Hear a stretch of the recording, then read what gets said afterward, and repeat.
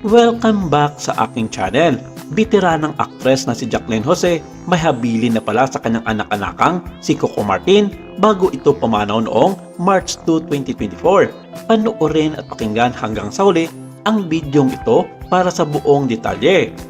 Kung may isang artista na talagang naging malapit sa iyong mga aktres na si Jacqueline Jose, yan ay walang iba kundi si Coco Martin.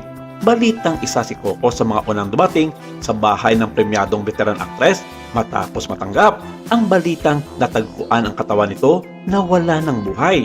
Base sa nakalap naming impormasyon, nakita ng ilang taong nasa scene of the crime na dumating si Coco na kasamahan ni Jacqueline sa kapamilya Ceres na EPJ's Batang Quiapo.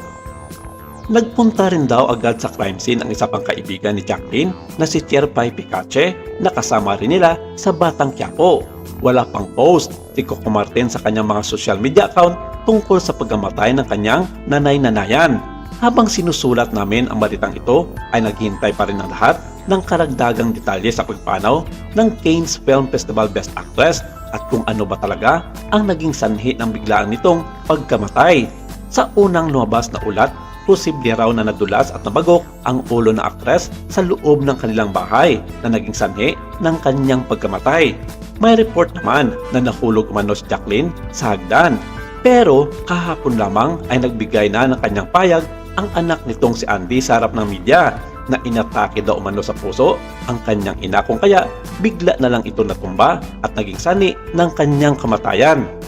Going back kay Coco, siguradong durog ngayon ang puso ng teleserye King sa nakakabiglang pagyao ni Jacqueline na gumaganap bilang si Superintendent Dolores Espenas sa Batang Quiapo. Sa isang panayam, sinabi ni Jacqueline noon ang dahilan kung bakit napapayag siyang bumalik sa ABS-CBN makalipas ang 10 taon. Saad niya, si Coco ang isa sa rason, parang anak ko na yan. Ang una niyang pelikula kasama ako, Masahista, noong araw, matagal na. At mula noon, hindi naman kami nag-lost contact. In short, nagkakausap pa rin.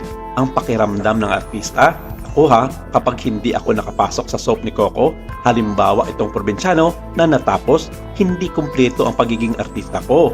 May ganoong feeling. Hindi ko alam ang pakiramdam ng kapwa ko artista pero ako, ganoon ang pakiramdam ko.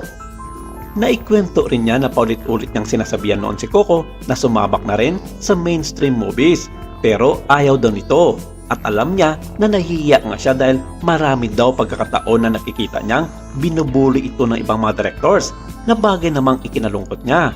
Pero hindi niya ito pinabayaan kahit papaano at sa tuwing nakikita nga raw niya si Coco sa isang sulok, agad niya itong nilalapitan at kinakausap at bigyan ng lakas ng loob para harapin ang mga pagsubok bilang artista. Sabi ko, Lina, ano na, pwede na yan. Meron daw siyang parang mahina ang loob niyang makiharap sa mga stars. Sabi ko, hindi lang yan, pare-pareho lang tayo. At maraming nagtatanong sa akin kung may future nga ba si Coco at sabi ko naman, oo, at all, hindi ganito kalaki. But I know that he is a very good actor.